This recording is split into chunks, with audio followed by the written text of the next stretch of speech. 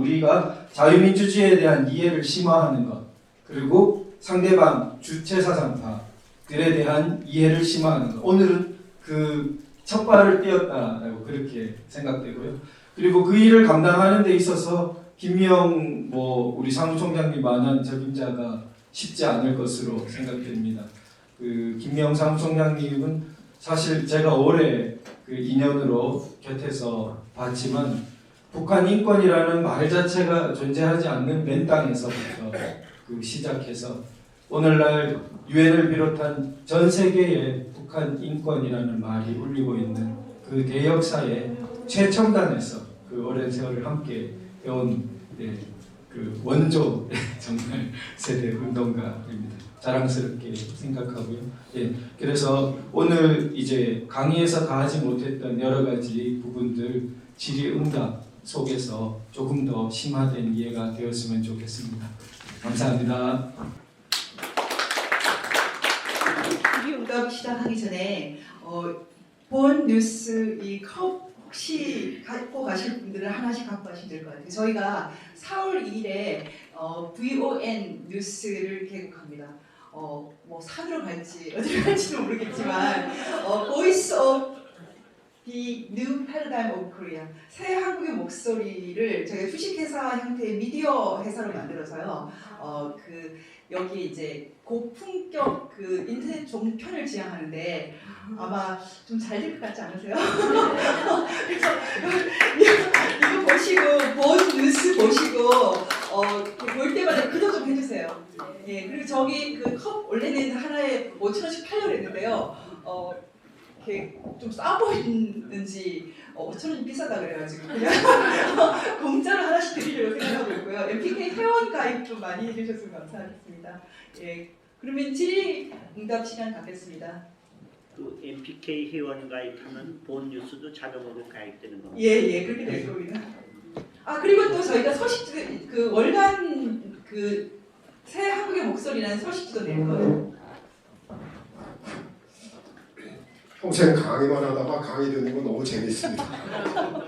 그런데 현직에 있을 때 운동권하고 계속 부딪히다가 현장에서 일어나는 일과 이 강의를 듣고 보니까 하나씩 이 매치가 되는 것들이 있는데 오늘 두 가지가 궁금증이 생겼어요. 하나는 현재 주사파가 현 정권을 장악해서 이 활동 사항인데 1987년 그 이전에 우리 도 변호사님이 강연도 해주셨습니다만은 헌법이 8번 바뀌고 9번째 이제 그 헌법 바뀌었는데 가만히 생각을 해보니까 그 당시 학생들이 무엇을 주제로 외치고 대고했나 하는 걸 생각을 해보니까 민주화 원년이라는 단어가 문득 떠올랐어요. 학생들이 그 당시에 민주화 원년이라는 걸 외쳤던 걸로 기억이 되거든요. 그러면은 이제 이 민주화 원년이라는 데 방점을 찍어 보면은 그 이전에 8번 개헌한 거는 민주주의를 향해서 우리가 그 완성 단계로 가는 그 과정 중에 있었던 거를 전면 부인한 거 아닌가. 원년이라는 그 단어가 그렇다면은 그들이 원하는 그 민주화라는 그 정체는 지금 원장님께서 강의하셨던 그 주사파의 그 방향, 김영환 씨 그 얘기 들어보니까 참 섬뜩한데요. 그 방향 쪽으로 생각하고 한 거 아닌가, 그게 맞는지 그거 하나 질문하고요. 두 번째는 임종석 군에 임종석하고는 악연인지 뭔지 잘 모르겠습니다만은 그 친구 뭡니까 전대협 의장 3기인데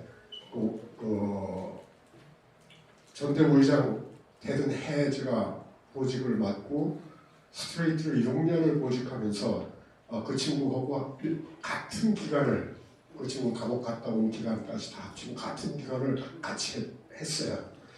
그런데 아까 머리 좋은 사람들이고 등등 설명을 하셨는데 그 친구에도 장점은 있습니다. 조직력. 3가지 중에서 조직 강화. 이거는 아주 천부적인 재질을 가지고 있다. 이렇게 생각이 돼요.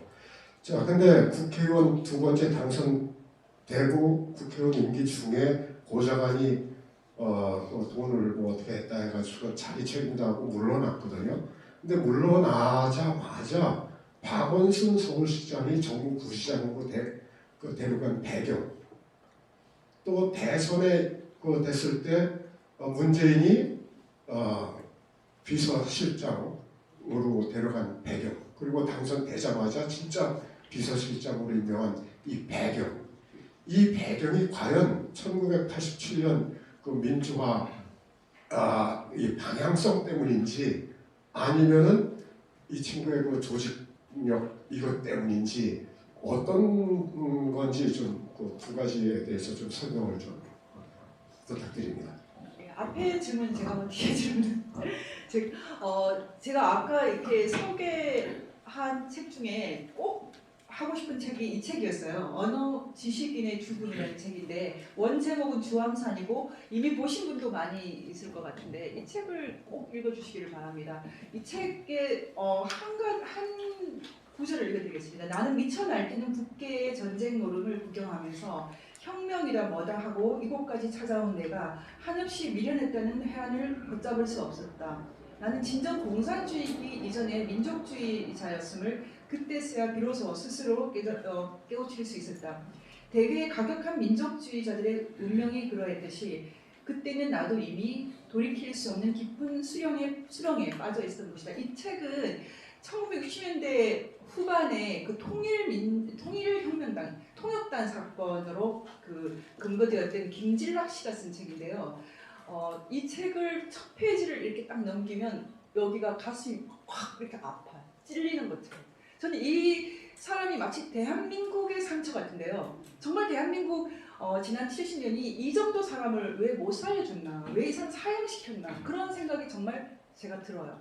이 김진락 씨는 사실은 완전히 전향이 된 사람이 책을 보면은 그런데도 불구하고 10월 유신, 그러니까 7월 4일 그 7.4 공동 성명 직후 10월 유신 전에 사형을 당한 그 통역당의 그 대표 당수였던 김종태 조카, 서울대 그 정치학과를 나왔던 상당한 엘리트였고 언론인이었던 이 사람의 책인데요. 같이 검거됐던 사람이 신영복 씨예요. 사실은 신영복 씨는 전향이 안 된 것 같아요. 그렇지만 이렇게 이 책은 정말 명저예요, 제가 보기에. 그런데 불구하고 이런 책을 쓴 사람은 사형을 됐다. 우리 현대사의 아픈 부분이 있어요. 특히 그 7.4 남북 공동 성명 이후에 그러니까 10월 유신 때 같은 날에 북한은 개헌을 해서 영원한 주석제를 선포를 했고 남한은 그 10월 유신으로 가서 정말 가장 강고한 휴전 체제가 분단 체제가 형성이 되는 그런 상황이 됐는데 아마 북이나 남이나 모두 도저히 같이 갈 수 없는 체제가 됐다는 걸 확인한 것 같아요. 그래서 그 7월 그러니까 7.4 남북 공동성명 이후에 개헌을 할 때 북한에서는 처음으로 수도를 서울에서 평양으로 바꿔버려요. 북한 헌법은 특이하게도 수도 조항을 갖고 있는데 평양으로 바꾸는 사건이 이때였어요. 그러니까 말하자면 우리 현대사가 그 북한하고 치열한 이념 전쟁을 해왔다라는 것을 잊어버릴 수가 없잖아요. 근데 1980년대는 솔직히 말씀드리면 서울 올림픽이 이제 그러니까 결정이 된 1980년대는 남한이 확실히 기울을 정도로 더 잘 나가고 있었어요. 70년대까지만 해도 좀 애매모호하고 북한이 더 잘 산다는 그런 소문도 나 있고 그랬었는데 뭐 거짓말이죠, 솔직히 말하면. 근데 그 남한과 체제 경쟁이 거의 기울어서 남한이 체제 자신감이 굉장히 생겼어요. 그래서 이런 그 공산주의 사회주의도 상당히 허용이 됐던 거고 그 일본 같은 경우 다이쇼 데모크라시라고 해가지고 그 대정, 그 다이쇼 천황 때 이런 그 사상을 확 다 열어주는 그런 때가 있었어요. 20세기 초죠. 그런 그 근대 사상을 뭐 아나키즘까지 모두 열어줘서 한동안 사상의 근대화를 그 깨한 적이 있었어요. 그 일본 같은 경우에 약간 그 다이쇼 데모크라시 비슷하게 한국도 엄청난 반공국가였는데 80년대에 이 학생들의 이런 그 자경 이런 거를 상당히 용인을 해준 거예요. 그래서 어쩌면 그 사람들이 그 우리는 좀 다르다라고 인식하는 게 아닌가 생각을 해요. 그 전에 민주화 운동을 했던 사람들은 이 자기들이 보기에는 좀 뭐 약한 걸로 보지 않았나 싶고 그런 것을 불쾌하게 생각하는 사람 많고, 근데 저는 개인적으로는 진정한 민주주의 운동은 그 70년대 분들이 한 거로 봐요. 저는 최근에 그 김지아 선생의 저력이 얼마나 대단한가 그런 생각을 하거든요. 우리가 원했던 것은 저 정신성이 저런 멘탈리티였는데 왜 80년대 세대는 권력을 가졌지만은 이렇게 아름다운 멘탈리티는 안 보여주나. 권력을 갖고서는 전부 뭐 보상금 다 타먹고 다 날려버렸어요. 아름다운 게 남지 않았어요. 근데 저는 민주화 운동사에서 1980년대에 갖고 있는 그 이채로움, 그러니까 사회주의 공산주의를 상당히 합법화시킨 그 이채로움 때문에 그 이전과 자신들을 좀 구분시켰지만 진정한 의미에서 타는 목마름으로 민주주의를 갈망했던 그런 민주화 운동은 그 특히 70년대 세대에서 만개한 게 아닌가, 이게 제 생각이에요. 그래서 저는 80년대 그 소위 민주화 운동 세력이 그 민주화가 조선민주주의인민공화국의 민주화라면 빨리 정신 차려야죠. 그건 독재죠. 있을 수가 없죠. 그래서 저는 지금도 저를 누가 고발해서 검찰에서 부르면 제일 먼저 검사한테 물어볼 거예요. 이 순간이에요. 그 김일성이 한 사람만 택해보세요. 누구부터 좋아요? 이렇게 물어봐서 대답 안 하겠지만 빨리 대답 안 하면 그냥 묵비권 행사할 거예요. 그렇게 생각을 해봐야 되는 겁니까? 지금 우리나라가 이렇게 돼 있다는 거죠. 저는 80년대가 세대가 뭐 민주화 운동을 했다고 그러지만 그 해악은 더 큰 게 아닌가, 그게 제 생각입니다. 우선 그 두 번째 질문, 뭐 제가 아주 전문 분야는 아니지만 드러난 것만 보더라도 임종석 그 비서실장에 대해서 하태경 의원이 이렇게 주사파가 뭐 이렇게 옛날 그 구분이지 하고 이렇게 일종의 방패막을 해준 발언을 봤습니다. 이제 그렇다면은 그 모종의 연결성이 있는 것으로 뭐 일반인의 눈에 추측되어 보이고요. 그 하태경 의원은 시대정신 이런 잡지를 낼 때부터 김영환 씨와 밀접한 이렇게 연결 아래 있었던 것이 공지의 사실인 것 같습니다. 그렇다면 결과적으로 김영환 씨의 자장권 안에 임종석 비서실장도 있는 것이 아닌가, 이런 추측을 해보게 됩니다. 우리가 그 주체 사상파라고 할 때에도 스펙트럼이 이렇게 굉장히 넓게 있다고 생각됩니다. 그 스펙트럼이 여전히도 이 밖으로 말하는 것 기준으로 말고 안으로 말하는 것. 밖으로 말하는 것은 뭐 얼마든지 다르게 말할 수 있으니까요. 자기들 안으로 말하는 것 기준으로 북한만이 유일한 정통성이 있다고 아직도 생각하고 믿는 사람들이 분명히 존재하는 것으로 보이죠. 이제 그런 계열부터 김영환 씨는 어떻게 볼까? 이분이 굉장히 문제적인 사람으로 보입니다. 그래서 이 사람의 그 굉장히 그릇 크기하고 문제적인 부분을 잘 이해해야 우리가 현명한 대처가 가능한 것 같아요. 저는 직접 한 번 봤습니다. 한 번 봤는데 제가 이렇게 추측할 때는 그 사람 정도 그 생각 크기라면은 그 사람은 뭐 한반도만 보고 있지 않을 거예요. 자기 스스로를 사상가라고 생각하기 때문에 중국은 물론입니다. 그런 식의 그 경향을 가지게 되면은 자기가 생각하는 황장엽 선생은 이제 선배로 생각하고 자기가 결국 완성시키고 있는 자기 사상 체계로 중국이 자기를 따라올 거라고 생각할 사람이에요. 그런 이 사상가 이런. 그래서 마침내 세계사의 어떤 아주 큰 그거를 찍을 그게 김영환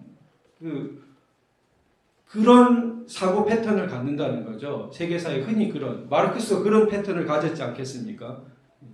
세계사의 방향을 그렇게 간다. 그럼 무슨 도대체 세계사의 방향이 뭐냐? 그러면 공동체라는 말을 김명 총장님한테 전해드렸는데 거기에 굉장히 있겠구나. 공동체적 자유주의 이런 말 우리가 흔히 듣게 돼요. 굉장히 멋있는 말이 되죠. 자유민주주의를 슬쩍 따오는 것 같고 자유민주주의에 미국에서도 개인주의의 너무 심화로 이렇게 문제가 생기는 것에 대한 공동체라는, 미국에도 공동체주의라는 큰 파가 있거든요. 그러니 그 두 개를 확 갖다 붙이잖아요. 공동체적 자유주의. 그러나 방점이 어디에 찍혔겠어요? 자유주의에 찍혔겠습니까? 공동체에 찍혔겠습니까? 네. 자유민주주의자, 철저한 자유민주주의자로서 출발해 가지고 공동체적인 보완이 필요하다는 계열이 아닌 거예요. 그 사람이 철저히 자유민주주의자였던 적을 이해할 수 없어요. 제가 받아들이기가 어려워요. 철저히 자유민주주의자가 되기가 그렇게 호락호락한 일이 아니에요. 쉬운 일이 아니에요. 그래서 이 유대 기독교적 전통이 자유민주주의에는 굉장히 뿌리 깊게 있기 때문에 신자가 아니더라도 그 정신성을 굉장히 이해해야 자유민주주의의 깊은 정수에 들어갑니다. 뿐만 아니라 자유민주주의는 인류 보편 문명의 모든 종합적인 좋은 요소를 딴 것으로 깊은 이 먼포드 같은 그 미국의 새로 주목받는 사람 이야기합니다. 네, 그런데 그 세계 문명의 그런 좋은 것을 많이 이렇게 땄을 때 자기 사상 이렇게 강조하는 사람은 당장 첫 문턱부터 어그러지는 거예요. 세계 문명의 좋은 요소를 딴다는 것은 자기는 그 큰 거에 그냥 작은 조약돌 중에 조약돌에 불과합니다. 그것이 자유민주주의 그 거대한 문명을 누가 한 사상가가 만들어요? 어느 한 위대한 정치가가 만들어요? 그건 자유민주주의적 태도가 아니에요. 처칠과 링컨 같은 사람이라도 그렇게 생각하지 않았을 거예요. 자유의 역사, 자유라는 이 인류 문명을 관통하는 거대한 주제에 자기도 한 국면에 한 장면을 담당했던 어떤 원 오브 댐이라고 생각하죠. 하느님이 소명을 어떤 걸 주셨던 이런 태도가 김영환 씨에게 있을까요? 그러니까 위험한 거예요. 그게 마르크스주의자 같은 그 계열이 근대 이후에 쭉 계보가 있는 것입니다. 자기는 계보를 부정할지라도 그 오만한 인간 중심주의의 계보는 제가 단테와 보카치오가 아주 나뉜다고 말씀드린 것처럼 섞여 있었을지라도 계열이 아주 나뉜 겁니다. 인간이 귀하다고 보는 거하고 인간이 중심이라고 하는 거는 나중에 가면 갈수록 큰 격차를 보이게 되는 것이죠. 바로 이런 그 생각의 자장이 우리 사회에 굉장히 퍼져 있기 때문에 이 영향력이 우리가 위험한 겁니다. 차라리 북한만이 정통성이 있다고 하는 사람들은 이렇게 얘기를 하다 보면 이제 반감을 갖게 되기 쉽죠, 일반인이. 그런데 이 김영환 씨 같은 사람은 그런 수준이 아니에요. 그냥 아까 말씀드린 것처럼 남북 모두 정통성이 없다. 남북 모두 부분적으로 정통성이 있다. 이런 식으로. 부분적으로 정통성이 있다는 쪽에 가까울 거예요. 남북 모두 정통성이 없다는 게 구좌파 맥락형식 계열에 가깝고요. 그러나 결과적으로는 비슷해요. 대한민국이 유일한 정통성이 있다고 고백하지 못합니다. 그게 큰 차이를 낳습니다. 대한민국이 유일한 정통성이 있다고 보는 입장만이 확고하게 세계사의 방향을 자유의 전진으로 보게 됩니다. 그래서 이 반쪽 대한민국이 아시아 대륙 전체에서 얼마나 소중한 빛과 같은 존재인지 마치 유럽 대륙을 되찾는 노르망디 상륙 작전처럼 자유의 교두보가 간신히 하나 놓인 겁니다. 이 70년 동안 이 위험한 교두보를 지키느라 무진 애를 쓰면서 온 것입니다. 마침내 여기를 뒤흔들고 있는 거예요. 지금 이게 교두보가 뺏기면 어떻게 되죠? 아시아 대륙 전체가 다시 자유의 교두보를 잃는 겁니다. 그래서 우리 한 사람 한 사람이 얼마나 소중한 지금 책무를 지고 있는지 몰라요. 그런데 이런 관점에 서야 87년의 의미를 제대로 보는 거죠. 이 소중한 자유의 씨앗을 이승만 대통령이 놓고 그것을 이 훌륭한 나무로 박정희 대통령이 성장시키고 87년에 이르러서 그것을 더욱 높은 단계의 민주주의와 법치로 발전시켜 갔던 것입니다. 그런데 저쪽 입장에 보면 애초에 정통성 없는 대한민국이 헤매고 헤매다가 친일 독재, 태어나지 말았어야 될 나라, 부패 기득권이 지배한 나라, 식민지 나라 이렇게 하다가 간신히 조금 방향 제대로 부분적으로 잡은 것이 87년이고 마침내 30년 지나 이번 개헌하고 온갖 난리를 피우면서 정말 제대로 방향 잡아야겠다라고 나오게 되는 사고가 완전히 다르게 보는 것입니다.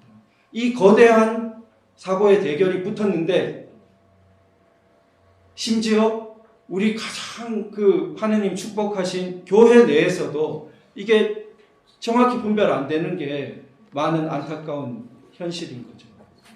그래서 아마 저도 어제 우연히 세인트폴 인문학교 교재로 되어 있던 칼빈의 기독교 강요 끝부분을 조금 보다가 조금 마음에 강한 울림이 있었는데, 결국 제네바 지금도 얼마나 깨끗하고 발전된 도시입니까?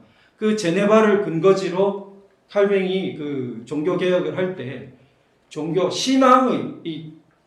신앙의 뭐랄까요?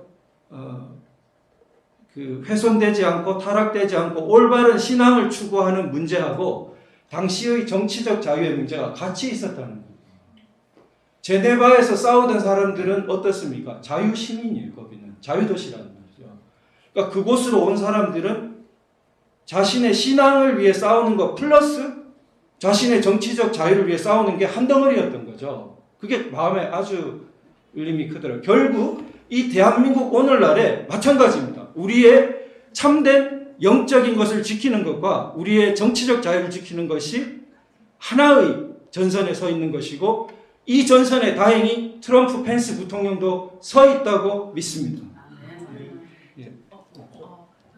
저희가 도 변호사님 강연을 곧 다시 또 열어야 될 것 같아요. 어떻게 생각하세요?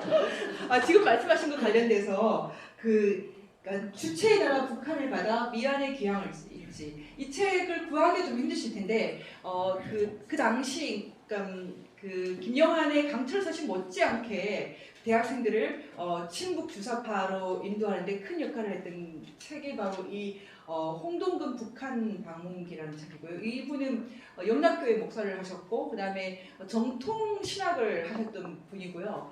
그 부인이 그러니까 백정자라고 하고 홍정자라고 부르는데, 그 부인은 이 남편보다 한 10배는 더 떠서 친북 그 책을 많이 썼어요. 피아니스트 백건우의 친누나죠. 근데 저희가 알게 모르게 이 곳곳에서 기밀선교를 전도하는 유명 인사가 참 많았고, 특히 교회는 이 홍동근의 영향이 굉장히 커요. 솔직히 말씀드려서 이승만 대통령은 미워해도 홍동근은 칭찬하는 교회가 많거든요. 이 사람은 나중에 김일성종합대학에서 종교학 가르치다가 북한에서 죽었고 북한 애국 열사령에 묻혀 있어요. 북한의 종교학과는 사실은 외국에 있는 종교들에 이렇게 접근해서 외화를 획득하기 위한 그런 요원을 기르는 곳이라고 생각하시면 됩니다. 예. 다른 질문도 있으면 주세요. 이거 마이크를 꼭 쓰셔야 됩니다. 왜냐하면 저희 네. 방송을 하고 있기 때문에. 손 들어주시면 예. 기자가 앞입니다.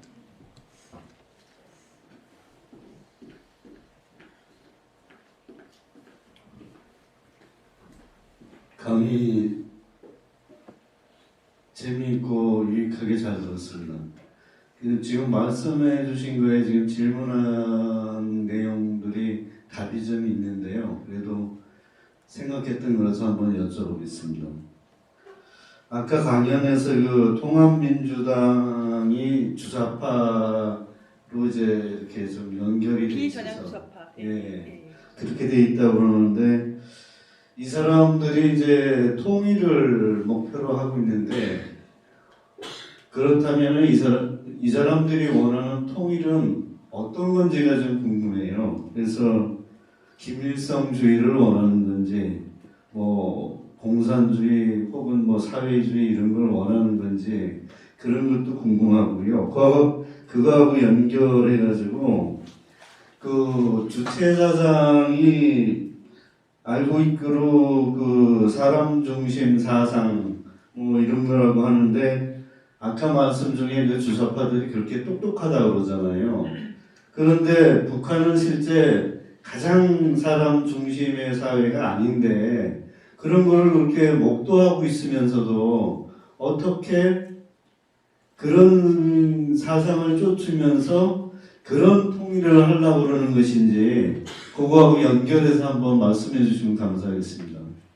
너무 중요한 질문이라 사실은 다음에 제가 이제 저희 본 방송 다 이렇게 세팅이 되고 나면은 이 강의를 좀 더 열려고 하는데요. 지금 말씀하셨던 이 부분만 갖고도 한번 열어야 될 것 같아요. 근데 저 개인적으로는 그 지금 우리 연방제 문제로 이제 지방 분권 얘기를 하고 있는데 이때 그 지방 분권이라는 것이 북한 고려 연방제랑 뭐 같은지 틀린지는 저도 잘 모르겠어요. 그건 좀 연구를 더 해봐야 되는데 왜냐하면 뭐 연방제는 미국도 하고 있고 독일도 하고 있고 스위스도 하는데 어저께 광주에서 어떤 분이 그 연방제를 이제 선언을 하셨던데 느낌은 고려 연방제랑 좀 비슷하게 가는 게 아닌가라는 그런 의심을 좀 했어요. 근데 고려 연방제의 핵심은 반미자주화예요. 그래서 지금 그 비전한 주사파들의 특징은 그 대목에서 일치한다고 보시면 됩니다. 반미자주화.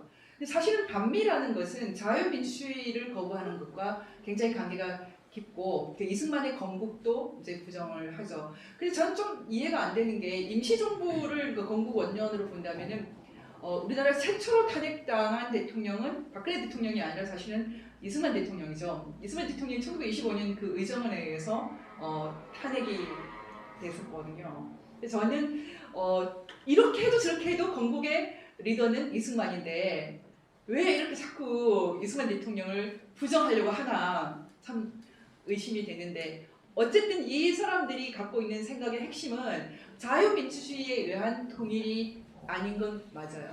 반미자주와 연방 통일인데 이 연방 통일 얘기를 할 때 우리가 꼭 물어야 되는 것은 두 가지 질문이 있어요. 연방 통일을 하려면 연방 헌법이 있어야 되거든요. 그 연방 헌법이 자유민주주의 헌법인가 아니면 북한이 말하는 김일성 헌법인가? 그리고 연방 헌법이 만들어졌을 때 그럼 김일성 동상 거의 5만 개 정도 있는 그 김일성 동상을 세워두고 할 것인가? 집집마다 김일성, 김정일 초상화를 계속 유지할 것인가? 이런 것들이 굉장히 심각한 질문이거든요. 근데 지금 우리가 통일하면서 민족 얘기를 하는데 어느 순간 어둠에 함몰되어 있어요. 그런 인물들이 굉장히 많고 지금 저기 있는 잃어버린 딸들 오혜원 교원이 바로 제가 지금 말씀드린 것을 아주 리얼하게 잘 보여줄 수 있는 책이고 저 책을 10,000원이면 살 수 있으니까 꼭 사갖고 가시면 됩니다. 굉장히 재미있는 책이고요. 결국 이제 정리를 하면 지금 질문 주셨는데요. 제가 북한 문제를 다룰 때 처음부터 북한은 그냥 사이비 종교다라고 생각을 하니까 되게 쉬웠어요. 꼭 총과 칼로만 사이비 종교가 유지되는 것이 아니라 사이비 종교를 믿는 부모님 집에 태어나면 또 재생산되잖아요. 다양한 방식으로 되는데 어떤 하나의 생활 공동체가 생기면 그게 그 속에서 익숙해지는 거죠. 근데 저는 북한이라는 체제가 참 오래 갈 것 같지 않은데 유지되는 것은 얼마 전에 제가 통일교 집안에서 태어난 어떤 분 얘기를 한 3시간을 듣고서 참 유사한 느낌을 받았거든요. 그 사람이 저한테 그런 말을 했어요.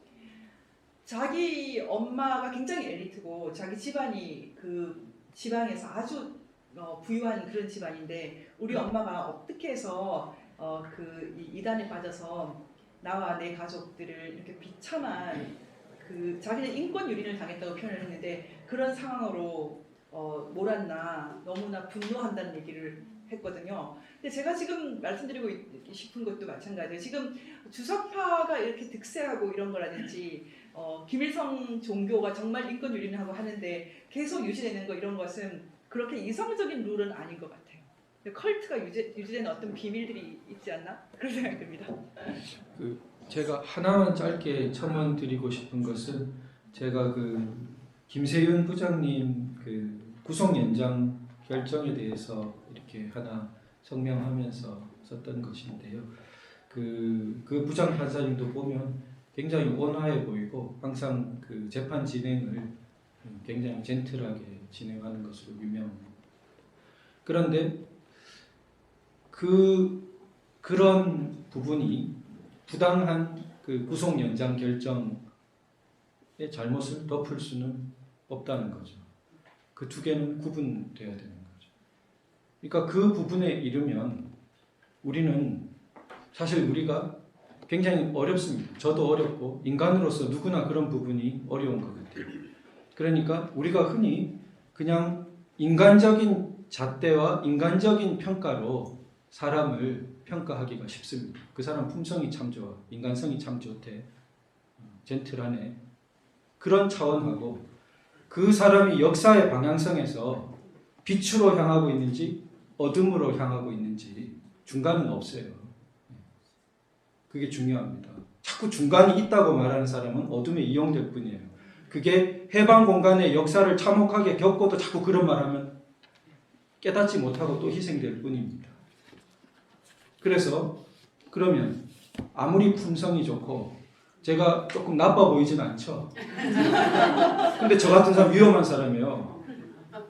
저 같은 사람이 주체사상 이런 데에 빠져가지고 김영환 이런 식으로 저 나름의 사상 같은 거 막 이렇게 해가지고 이렇게 인상 좋게 막 이렇게 하고 다닙니다. 그 사람 제일 위험한 사람이에요. 그러면은 우리 맹주성 교수님 같은 분이 딱 지적을 해가지고 저 도모라는 사람은 아주 조심해야 되고 그 사람의 외면으로 보이는 그런 태도하고 그 사람이 사상 갖고 있는 거하고는 딱 구분해서 봐야 돼요. 그 굉장히 엄격하게 구분해야 돼요. 라고 말해 주셔야 되는 거죠. 사상은 무서운 것입니다. 그 태도. 왜냐하면 그래서 역사 정치적 세계는 누구도 거기서 그 어떤 함부로 막 이렇게 준동할 수 없는 곳이에요. 왜냐하면 미래를 다 아는 인간이 어디 있습니까? 그런데 역사 정치적 세계에서 우리가 인간의 부족한 그걸 가지고 거울을 가지고 이렇게 성령 인도를 기도드리면서 어떤 걸 택하는데 그래도 우리가 혹 잘못된 길을 택했을 때 우리가 어떻게 다 보장을 받아요, 인간이. 그건 책임질 수밖에 없잖아요. 그래서 그 무거운 세계고 굉장히 그 냉정하고 엄혹하고 그런 세계. 그런데 그거를 사실은 성경 전통이 있는 서양은 아는 거예요. 그 체화가 돼 있는 거예요. 왜냐하면 성경에 그런 엄격함이 있지요. 성경을 읽고 배운 분들은 하느님은 무한한 큰 사랑과 자비가 있으시지만 또 한편으로는 굉장히 엄격한 면도 있으시다는 것을 어려서부터 배우는 거예요. 그러나 우리나라에 어때요? 그 전통이 우리 고래 공자 배우던 전통도 거의 잊혀졌고 그러니까 굉장히 그게 약해져 있고 가치관이 그래서 혼란스러운 거. 그 두 개를 구분해야 된다는 거를 막 뒤섞기 시작하면은 이제는 막 온통 가치 혼란이 사회 전체가 굉장히 혼란스러운 거. 그래서 지금 우리 MPK부터라도 딱 그것을 기준을 잡아나가야 되는 것입니다. 예. 추가로 이거 지금 도 변호사님 말씀하신 거를 켜셔야 예. 그래서 제가 오늘 이 책들을 다 소개하는데요. 이게 딱 이 책이 딱 천국과 지옥의 이혼이라는 책을 제가 꼭 소개해드리고 싶은데요. 천국과 지옥은 천국과 지옥의 결혼이라는 책이 있어요. 윌리엄 블레이크의. 근데 천국과 지옥의 그 결혼이라는 그 유명한 이제 시죠. 그 내용을 자세히 보면 지옥도예요. 지옥도. 근데 그래서 이분이 이렇게 썼어요. 윌리엄 블레이크의 천국과 지옥의 결혼을 이것에 대해서 이 천재의 적수가 되려고 쓴 게 아니라고 얘기를 하면서 이분이 얘기하는 것은 천국과 지옥은 이혼을 시켜야지 우리가 겨우 천국 옆 동네로 이사 갈 수 있다고 얘기하거든요. 근데 사람들이 대부분 다 모든 선택이 극이 있고 중간에 많은 베리에이션이 있다고 생각을 하는데 인생 가운데 둘 중에 하나만 선택하는 OX 문제도 반드시 있거든요. 그리고 미국 역사에서 독립전쟁도 그렇고 영국의 식민지로 남을 것인가 아닐까 이거 OX밖에 없잖아요. 노예 제도를 유지할까 안 할까 뭐 이런 거 우리가 자유를 유지할까 안 할까 이런 거는 전쟁을 통해서도 결정을 내는 OX 문제가 있는데 지금이 바로 OX 문제를 내는 시간이 아닌가 생각합니다. 최근에 그 홍준표 자유한국당 대표가 저 같은 사람을 극우라고 말하는 것 같더라고요. 그래서 극우가 극적밖에 없으면 극우 돼야지 뭐 방법이 있겠어요. 그러니까 둘 중에 하나밖에 없는 선택이 있다. 그런 얘기를 하고 싶고 그래서 제가 천국과 지옥의 이혼의 서문을 꼭 추천을 하고 싶습니다. 질문이 또 다른 분한테 먼저 기회를 드릴게요. 그 다음에 제가 할게요. 예. 혹시 질문 있으시면 예. 오늘 그 김영 교수님 강의 들으면서 굉장히 많은 내용을 짧은 시간에 함축적으로 설명해 주셨는데 주사파라든가 또 주사파의 그 핵심 요원들이나 그것으로 인한 지금 정치 권력들에 대한 내용들을 좀 이해하는데 많은 도움이 됐습니다. 저는 그 김영환 씨가 하는 북한 민주화 네트워크하고 조금 이제 소식을 좀 주고받는 상황인데 그냥 순수하게 정말 북한을 민주화하기 위한 그런 단체라고 이해했었어요. 그리고 그 강철한 씨가 다시 강철로 아니 김영환 씨가 다시 강철로 살아라는 후속으로 전향한 이후에 그리고 또 지금 탈북자를 돕는 그 활동을 하면서 쓴 책들인데 제가 이제 개인적으로 그 김영환 씨의 개인적인 삶을 보면서 못 따라가겠다. 이렇게 살기는 어렵겠다라는 생각을 하는 부분이 있는데 북한에 고통받는 사람들을 생각하면서 김영환 씨는 개인적으로 겨울에 난방 사용 안 한다고 합니다. 여기서 같이 사는 내 이웃도 아니고 눈에서 사실 굉장히 먼 거리에 있는 사람들의 고통을 생각하면서 여기서 난방을 겨울에 사용하지 않는다라는 그 정신 때문에도 많은 사람이 유혹을 받겠구나 하는 생각을 하고요. 잠깐 동안 그 도태우 변호사님이 인격적으로 또 그 삶의 어떤 부분에서 굉장히 좋은 사람이지만 그 사람의 사상과 그 사람 안에 내부적으로 갖고 있는 흔들리지 않는 그런 사상에 대해서 분리해야 된다라고 하는데 지금 그런 부분에 대해서는 혼돈의 시기 같아요. 저도 그런 것까지 우리 아이들하고 얘기하다 보면 같이 흔들려 버려서 나는 그냥 극보수고 극단적인 엄마로만 취급을 당해서 그 중간에 내용을 통해서 설명해야 되는 것들을 또 아이다 내 자녀다 보니까 제가 이렇게 인내력을 가지고 설명하지 못하는 부분들이 많이 있거든요. 그런데 그거는 이제 제 개인적인 그 부족함이고 오늘 이러한 내용들을 통해서 또 우리가 정말 분명하게 어떤 그 목적과 목표를 분명하게 바른 방향으로 또 정말 그것이 빛인지 어둠인지에 대해서 바른 방향을 계속 흔들리지 않고 가야 되는 그런 과제들이 저희들한테 있다고 생각하고요. 우리 김명 교수님한테 그럼 북한 민주화 네트워크가 정말 지향하는 바가 뭔지 또 김영환 씨가 아까 도 변호사님이 얘기했던 것들에서 충분하게 이해가 되기는 했지만 그럼에도 불구하고 그분이 지금 남한의 그 사람들에게 현재로는 어떤 영향을 주고 있는지 이것만 갖고 나중에 한 번 또 할게요. 근데 도태우 변호사님 댁도 마루가 되게 추워요. 그래서 난방이 잘 안 되는 집이에요. 따뜻하게 살고 있습니다. 사연이 좀 있어요. 그게는 그 마루 재질이 좋아서 그걸 보호하기 위해서 농담이고요. 근데 저기 그 김영환 씨에 대해서 얼마 전에 제가 페이스북에 그런 표현을 썼는데 미투 운동에 안 걸릴 사람 이렇게 썼어요. 미투 운동에 안 걸릴 사람. 그래서 가장 위험한 인물 이렇게 썼거든요. 저는 또 심지어는 저는 이런 말 하시면 죄송한데 위험한지 안 위험한지도 정말 하나님께서 이분을 택했나? 라는 생각도 굉장히 자주 할 때가 많아요. 그래서 말을 조심하려고 되게 애를 쓰는데 그분 그러니까 베트남의 호치민 비슷한 점을 좀 갖고 있다고 생각이 들어요. 호치민에 대해서 그 사람이 공산주의자였고 월맹의 지도자로서 공산주의 통일을 해서 많은 사람들에게 고통을 준 것도 사실이지만 그 베트남 사람들한테 가가지고 호치민 존경하지 못하게 하는 거 되게 어려워요. 왜냐하면 존경할 이유에 대해서 또 알고 있어서 그렇거든요. 근데 저는 이런 종류의 유형의 인물에 대해서 좀 주의하고 있어요. 개인적으로. 근데 저는 우리 지금 이렇게 위기일 때 자유민주주의가 위기일 때 정말 그런 금욕적이고 훌륭한 지도자들이 그 우파 진영에서 나오길 바라요.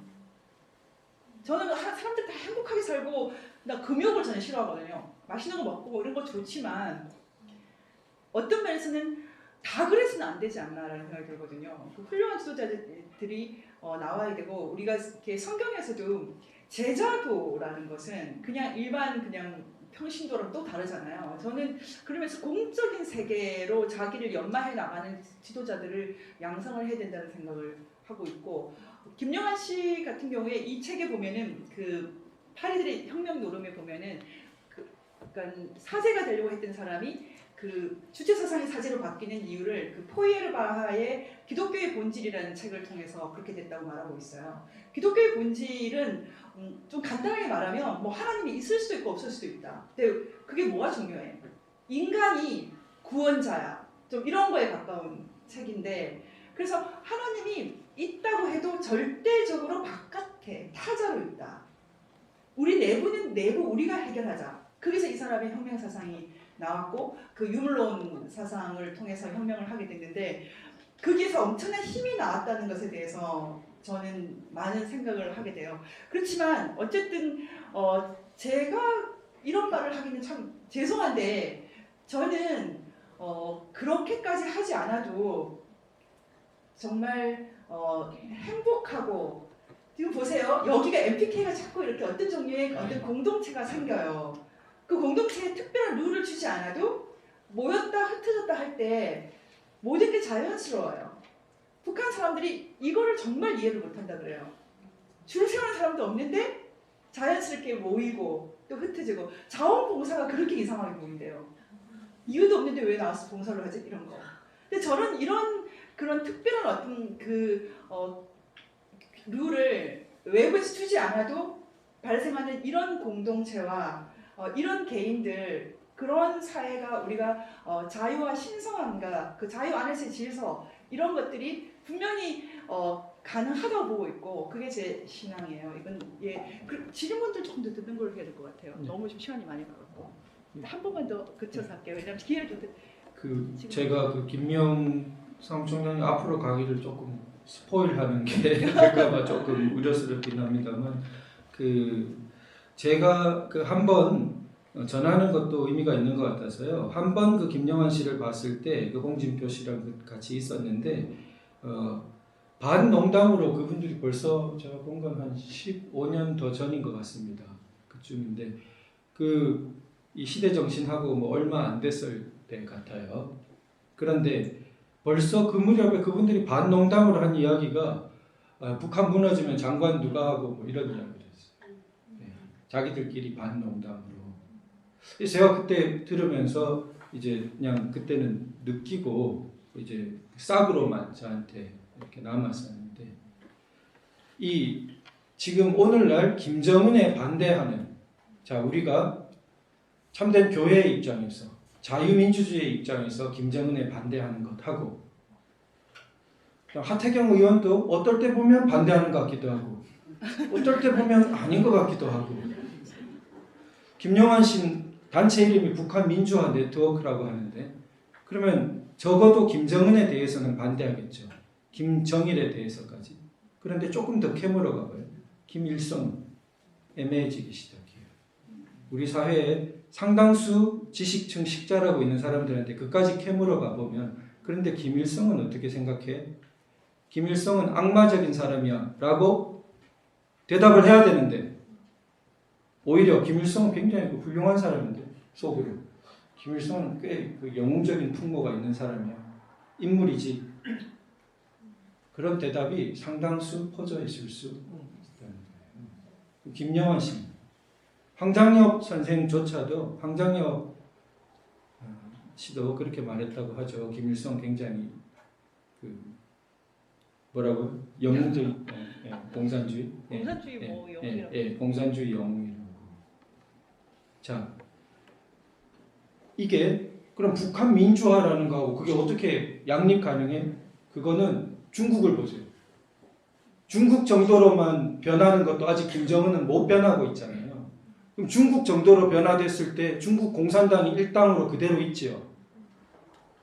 그러니까 지금 현재의 북한에서는 북한 민주화라는 방향을 이렇게 쓸 때 도대체 정확히 자유민주주의를 가리키는 것인지, 그냥 중국 쯤으로 방향을 놓고 말은 북한 민주화라고 하는 것인지, 또 혹은 더 나아가서 지금 현재 중국보다 자기 내심은 좀 더 발전시킨 일종의 공동체주의, 뭔가 공동체적 뭐 어떤 사상으로 그걸 바라보면서 그거를 말로는 북한 민주화라고 하는 것인지 심히 의심스러운 것입니다. 왜냐하면 자유민주주의자라면 조직을 그런 방식으로 하지 않아요. 그게 굉장히 결정적으로 저는 의심하는 것입니다. 자유민주주의자는 조직을 공개적으로 합니다. 결코 지하조직, 점조직 형태로 운영하지 않아요. 그것이 자유민주주의가 문명의 정방향에 서 있는 이유예요. 그것이 독재자들이 자유민주주의를 깔보는 이유이기도 합니다. 저렇게 대놓고 비밀도 없이 여기서 노태우, 김미영 나와가지고 지들 전략이라고 다 말하고 저게 우리하고 상대가 돼? 히틀러가 영국을 그렇게 깔본 거예요. 그러나 어때요? 영국이 이겼습니까? 히틀러가 이겼습니까? 이상한 일이에요. 자유민주주의는 그렇게 허술하고 맹탕 보통 사람들이 나와가지고 뭐 지지고 볶고 서로 논쟁하고 그런 것 같지만 진정한 역사의 힘이 있는 것입니다.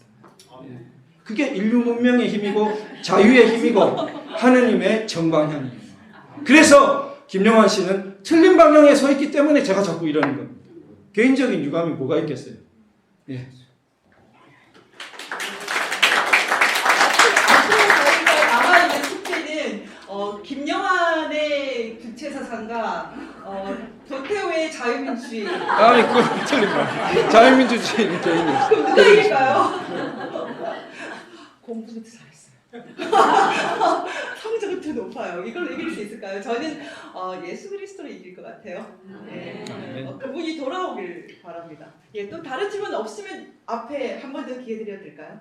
예, 혹시 있으시면 손 마지막으로. 예. 그럼 예 하셔도 될 것 같아요. 같은 질문인데요. 아까 말씀을 제가 잘 이해를 못해서 예, 예. 그 사람들이 통합민주당이든 주사파든 이 세력이 통일을 해서 이루려고 하는 사회, 그게 어떤 사회인지가 조금 더 분명하게 말씀해 주셨으면 싶고요. 아까 이제 그렇게 된 이유가 사이비 종교에 빠진 거다 한마디로 그렇게 말씀하셨는데, 북한 사람들은 뭐 거기서 태어나서 그럴 수 있다고 봐요. 근데 그렇게 똑똑하다는 사람들이 그 김영환 씨 지금 칭찬 얘기도 있는데 그렇게 품성 어떤 그 성품도 이렇게 진실해 보이는 사람이 왜 그런 거를 거의 태어나지도 않았는데 그게 상당히 궁금해요. 그래서 그 사람들도 그냥 사이비 종교에 빠졌다 이렇게 보시는 건지가 좀 궁금합니다. 이렇게 어려운 질문을 던지니까 제가 꼭 다음 주가 아니더라도 제가 다음 주 한 주는 조금 이거 저희 회사 일이 여기 이렇게 일이 너무 많아가지고 지금 좀 건너뛰고요. 꼭 이걸 본격적으로 사실 준비를 하다가 왔는데 지금 그 인간 중심 철학 원론 이 책이랑 이렇게 많이 제가 준비를 하다 왔는데 이걸 꼭 강의를 한번 하겠습니다. 왜 주체 사상이 그 한 국가를 그러니까 국가를 어떻게 보면은 뭐 이렇게 그 떠받치게 되는 그러니까 항장역 주체 사상이 사실은 북한의 한 기둥이에요. 지금도. 그래서 6.14 10대 원칙도 표현은 주체 사상으로 뭉치다라고 써두고 있거든요. 근데 이 얘기를 하면 서양 철학 전체를 설명해야 돼요. 솔직히 말씀드리면. 그리고 제가 이제 오늘 갖고 온 책 중에 하나가 이거 약간 쇼핑몰 같지 않아요? 약간 지금 쇼핑몰 같은데 여기 유토피아라는 책이 있어요. 유토피아 제목이 그 단연초 있죠. 단연생 풀이잖아요. 유토피아는 단연생 풀과 같다라고 그렇게 말하고 있거든요. 그러니까 그런 잡초처럼 없어도 또 생기는 계속해서 어떤 유토피아에 대한 전망을 갖고 있는데 이 통합진보당뿐만 아니라 주체사상 그렇고 언제나 뭔가 유토피아적인 전망 속에 있는데 그걸 구체적으로 얘기하기 전에 그건 무슨 돈으로 할 거야? 이런 식으로 얘기하면은 불쾌하죠. 저는 이 코리아 연방이라고 지난번에 통합진보당이 우리는 코리아 연방을 머지한다라고 고려 연방이죠. 그걸 아예 썼던데 그거는 그 컨텐츠 내용은 무료 노동에다 무료 의료라든지 북한하고 굉장히 유사합니다 실제로. 근데 우리가 이걸 더 디테일을 들어가고 이거를 공론에서 얘기하자고 하면 좀 피하는 경향이 있고, 그리고 댓글로도 얘기하려고 그러면 막 욕을 해버리고 도망을 가기 때문에, 아니면 고소해버리고. 그러니까 공론의 장석에서 이런 얘기가 나오기가 어렵지 않을까 생각이 들고, 지금은 그냥 한 어떤 세력이 김정은 세력과 함께 그냥 무너져야 되지 않을까. 트럼프가 2달을 시간을 주겠다 그랬거든요. 트럼프가 2달을 주겠다는 것은 2달 안에 그 핵에 준하는 그 정도의 프로세스로 들어가라는 뜻인데, 지금 김정은은 트럼프가 살짝 봐줘서 좀 달러를 좀 그대로 먹을 수 있지 않을까, 막 그런 꿈을 꾸고 있을 거라고 생각하는데 꿈 깨야죠 뭐.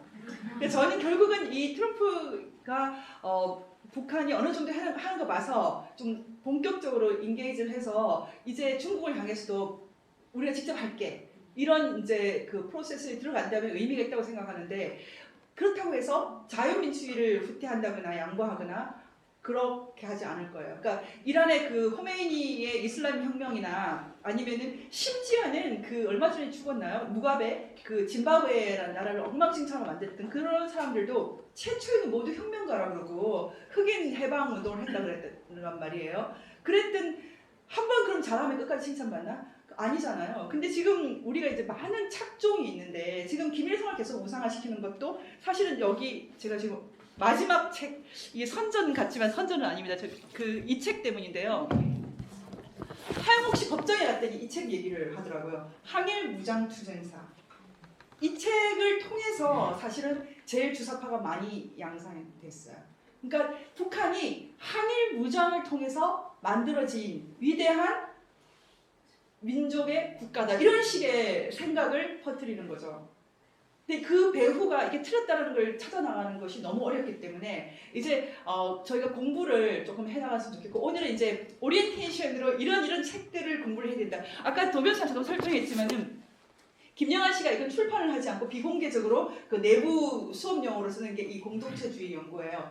근데 제가 이분들하고 얘기를 해보니까 지금 당장 급진적인 그 공동체주의, 공산주의를 다르게 부르는데, 급진적인 공산주의를 이루겠다는 건 아니고, 뭐 길게 봐서, 그러니까 마르크스주의의 그 인간의 얼굴을 한 공산주의겠죠. 그 공산주의 사회를 이루어나겠다라는 그런 비전을 얘기하더라고요. 근데 저는 그래서 가끔 나는 이미 공산주의자야. 우리끼리 뭐 나눠 먹고, 공산주의 핵심 뭐냐면 필요한 것만 같이 일하고 필요한 것만 갖고 가는 게 핵심이잖아요. 이미 좀 그렇게 하고 있고 나누고 있는데, 자발적으로 도네이션도 하고 뭐 그렇게 복잡하게 생각하지? 이건 제 생각인데요. 어쨌든 이 지금 던져주신 이 주제만 해도 한마디로 정리할 수는 없습니다. 그래서 제가 오늘 이 자리에서 말씀드리는 것은 이 주체사상 같은 그런 식의 통일은 이란 혁명 같은 정신혁명을 얘기한다는 건데, 저는 인류의 정방향이랄까, 인류가 걸어가는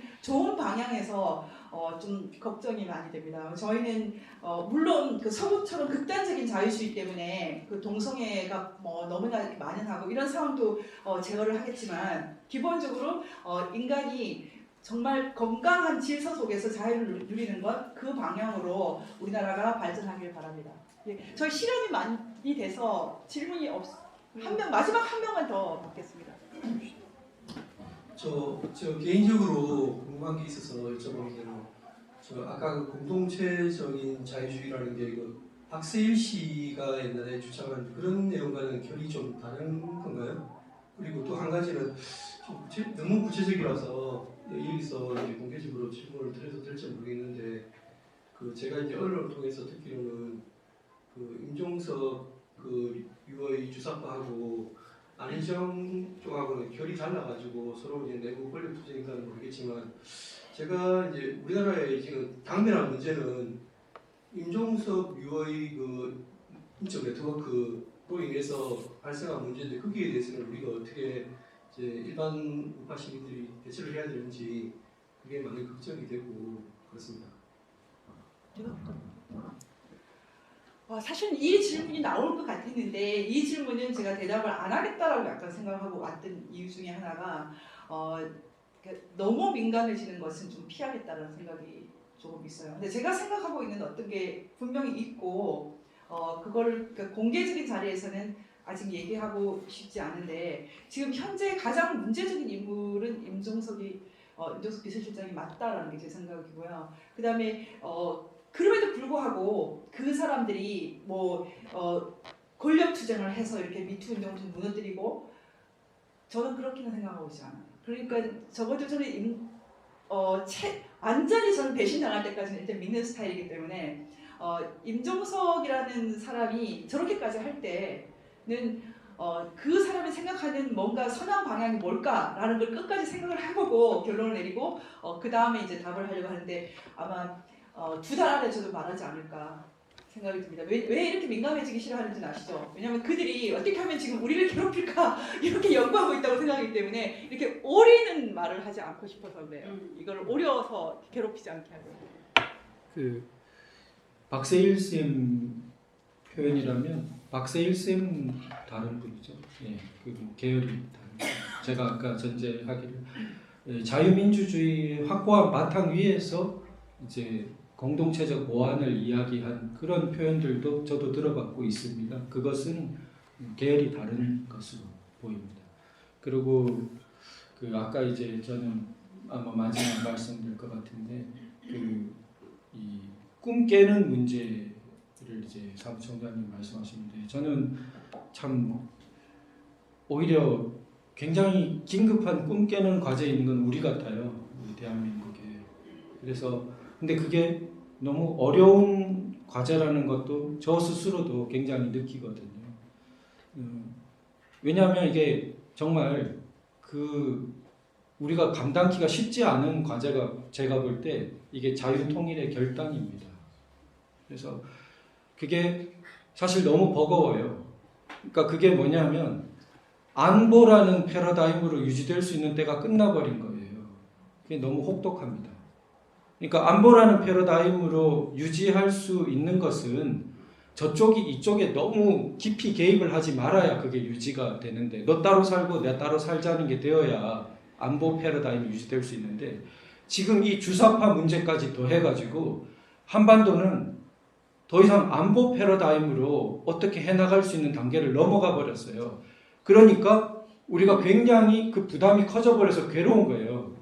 즉 이게 자유통일로 가냐 아니면 지금 우리도 막 노예 비슷한 상태로 끌려가냐 이 기로에 갑자기는 아니겠지만 결정적으로는 지금 막 서 있으니까 갑자기 결단이 됩니까 이게 너무 힘든 거예요. 근데 제가 볼 때 개인의 결단이 기초거든요. 그 어려운 결단을 개인이 해야 되는 거예요. 왜 자유통일의 결단 어려우면 당연히 희생이 따르니까 어렵죠. 예. 그래서 희생을 딛고도 자유통일을 이렇게 말하는 거 보통 일이 아니거든요. 그런데 세계사에 어떤 족적을 남긴 국가나 민족은 다 그런 단계를 거친 겁니다. 그것도 여러 번 거친 단계도 많아요. 그러니까 큰 희생이 오더라도 이 방향을 그렇게 결단할 수 있어야 되는 거예요. 개인이. 그리고 그 가족이. 그 사람들이 어떤 세력을 형성해야 역사를 바꾸는 겁니다. 근데 못 바꾸면 어정쩡하게 있는 게 아니라 노예가 될 판이에요. 그게 우리가 지금 당면한 너무 눈 뜨고 힘들어요. 그 생각하면. 잘 때도 힘들고. 그런데 어쩔 수 없잖아요. 다들 겪어보셨겠지만 소중한 사람이 사망하면 부모님이 돌아가시거나 어떡하면 어쩔 수 없잖아요. 닥쳐 살아야 되잖아요. 우리 닥친 거예요. 네.